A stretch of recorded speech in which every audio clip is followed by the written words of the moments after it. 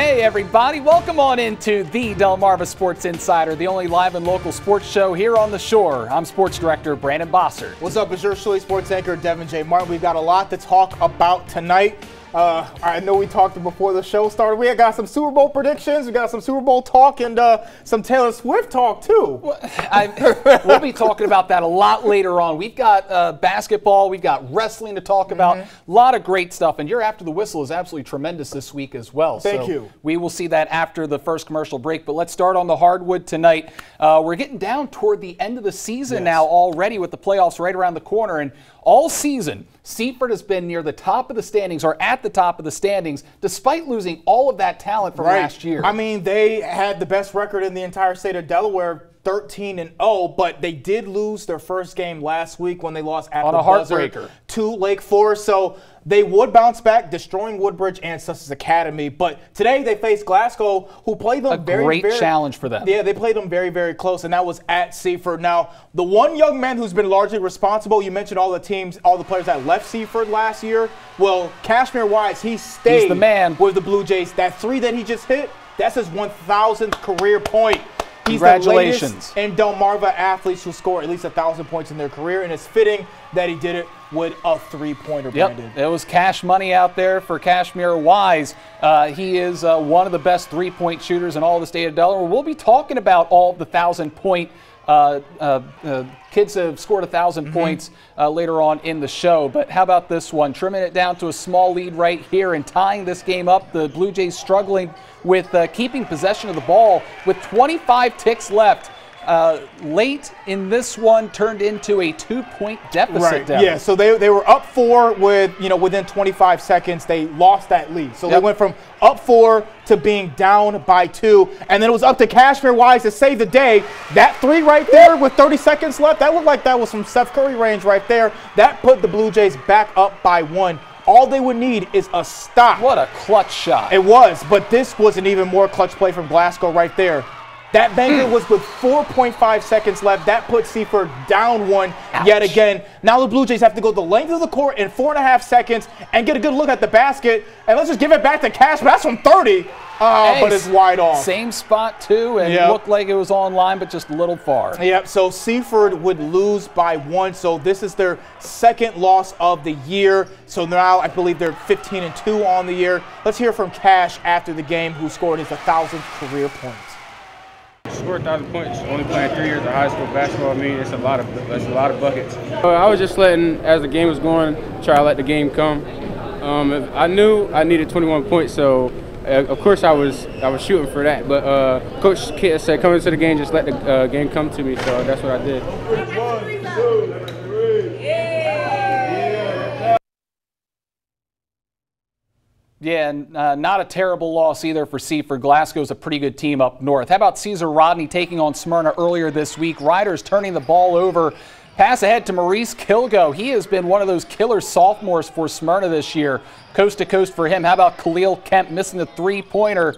The Riders get the board, and there's Shawan Stevenson driving teardrop. Nice finish there. The Eagles, though, they answer right back. This time it's Obi Coleman on the wing, pulling up for 3, nothing but net. The left-handed star for the Smyrna Eagles has been really good for his senior season, but this game was all about Khalil Kemp right there. He gets the offensive rebound and puts it back up and in. So that's 3 points the old-fashioned way. What a great play, going up and get that board. Absolutely, and that's definitely a throwback to yesteryear where people were in the paint, and getting collecting shot three-pointers the hard way. But he can also shoot too. He was lighting it up in the first half. Now the Eagles try to get back into this game, and they did come close, but they would fall 69-65. Yeah, another great game up north. How about a few more scores from around the Henlopen this week, as Cape Henlopen over Sussex Central 56-43. Not really sure what to make of the Henlopen North outside of Dover this year. Sussex Central was the team, if you asked me before the season, where I think they were going to be either the second best team in the entire state, or Henlopen, or the best. But as you mentioned, they've been up and down. They've lost some games that I didn't think that they would lose, and Cape tonight is definitely one of them. Cape has been good, but I thought Sussex Central was supposed to be on another level. Yeah, and Lake Forest over Woodbridge 69-50. Lake Forest has been a really good squad. No, that is a squad. The entire season. Lake Forest actually 13-3. They are 10-2 in the Henlopen South compared to Seaford's 11-1. Both teams Still with 2 games to go in their schedule, so Lake Forest still could jump Seaford in the standings, but as of right now, Seaford's in the driver's seat. And Lake Forest did hand Seaford that loss last week as well. All right, and a couple other scores. Early college, they've had a good season, 73-39 winners over Indian River and Salisbury School all over Delmarva Christian this week. So Salisbury School clearly the team to beat in the Easy Act. They absolutely. I mean, Tyler Ball and Prince Vasquez, those two are a double-headed monster for the Dragons. All right, now let's move on to the Bayside. The 12-3 Snow Hill Eagles welcoming in Northampton tonight. So let's see if the Eagles could go out there and get a W. Yeah, they're trying to get on a 4-game winning streak, and honestly, I don't even want to have the suspense later. They did just that. It wasn't even a close game. So let's get right into those highlights. Snow Hill taking on Northampton. The Eagles, they do come out of the gate really hot off the inbound pass. They're a fantastic squad this year. They are, and I think it's because of just the additions of Hudson and Keandre Nixon, especially Keandre Nixon, because Hudson's played for the Eagles Let's before. not forget about Jayceer Fields and DeZavion Dix down low as well. Those two, they're really good, but the two of them, of Hudson and Keandre Nixon, just 2 1,000-point scorers. Fantastic guard duo. And you add that as well to Tyler Reddick. They're just so dynamic, especially in the backcourt. That starting 5 is fantastic. And all of them can really get buckets. Now, Northampton trying to get on the winning side of things. Jalen Anderson pulls up for the J. Anderson trying to do it again, trying to call his own number, but the shot is off. Hudson gets the board, gets it over to Nixon, who throws it in for the layup in the fast break. It was a tight game in the first half. Snow Hill went into the locker room only up 3, but the second half they kind of blew the doors off Northampton's house, I should say, I guess in the metaphor. They went on a 12-0 run to start the third quarter, and one player that came up huge from them, Jaron Cannon, he gets the pass from Reddick, tough bucket, the fall, and 1. He gets another pass. This time the shot is up, and he gets the board right here, gets it to his teammate, and he gets the bucket yet again. So that was a good pass and good teamwork right there.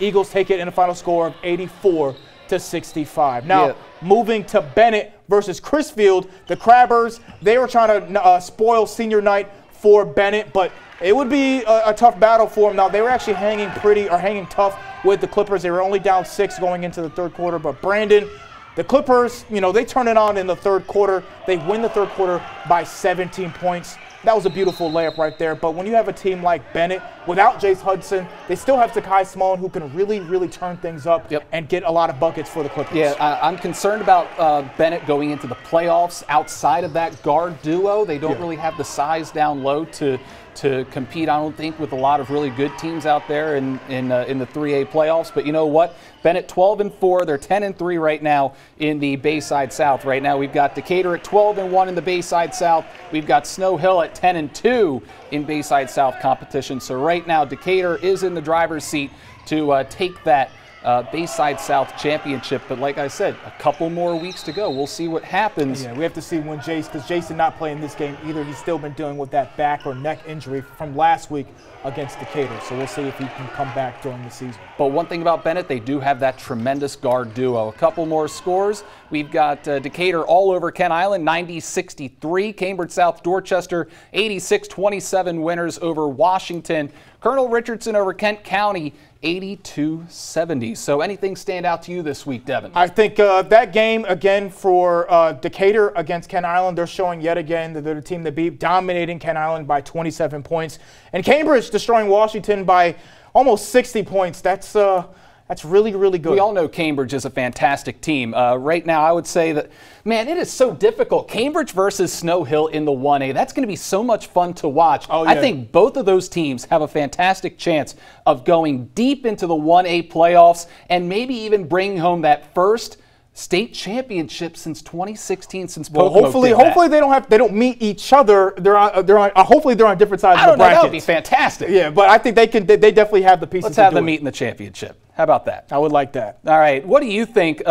Who do you think has been standout in the Bayside this season? Let us know on our 47 ABC Sports social media pages. Now, we've got quite a few local hoopers joining the 1,000-point club. So let's go over a few of those players who have done that in the last couple of weeks. David Chandler going off the glass here. What a highlight reel slam by Bryson Coleman, who scores his 1,000th point in their game against Y-High earlier this week. Coleman reaching 4 1,000s this year. First player in Maryland football history to do it with 1,000 yards passing, receiving, rushing in football, first player in state history to do that, and then gets 1,000 on the basketball court as well. So fantastic players going to Vanderbilt. Yeah, he's had a great athletic career, and he's just been dominant and obviously been a big reason why they've been so successful in sports, both on the football field and on hardwood. If you haven't seen it yet, go online and check out Devin's After the Whistle on Bryson Coleman. Now, last Friday, Jace Hudson added his name to the 1,000-point club. He recorded it against Washington High. Jace Hudson's been playing since he was a freshman,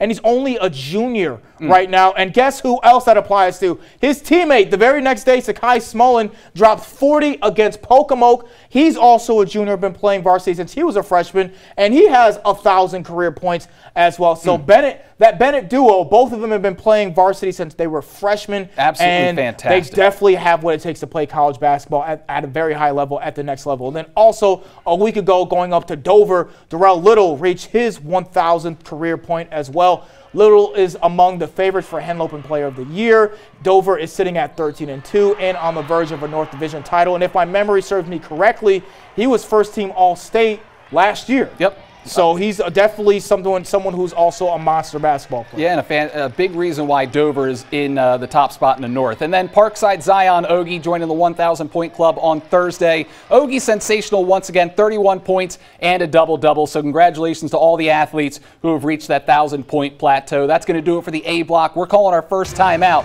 But when we come back, we're talking with one of the best athletes here on the shore in an all-new After the Whistle with North Carolina's Zymir Smith. That's coming up next on Delmarva Sports Insider. What's up, Kareem Bolden here, 2023 state champ, and you're watching Delmarva Sports Insider.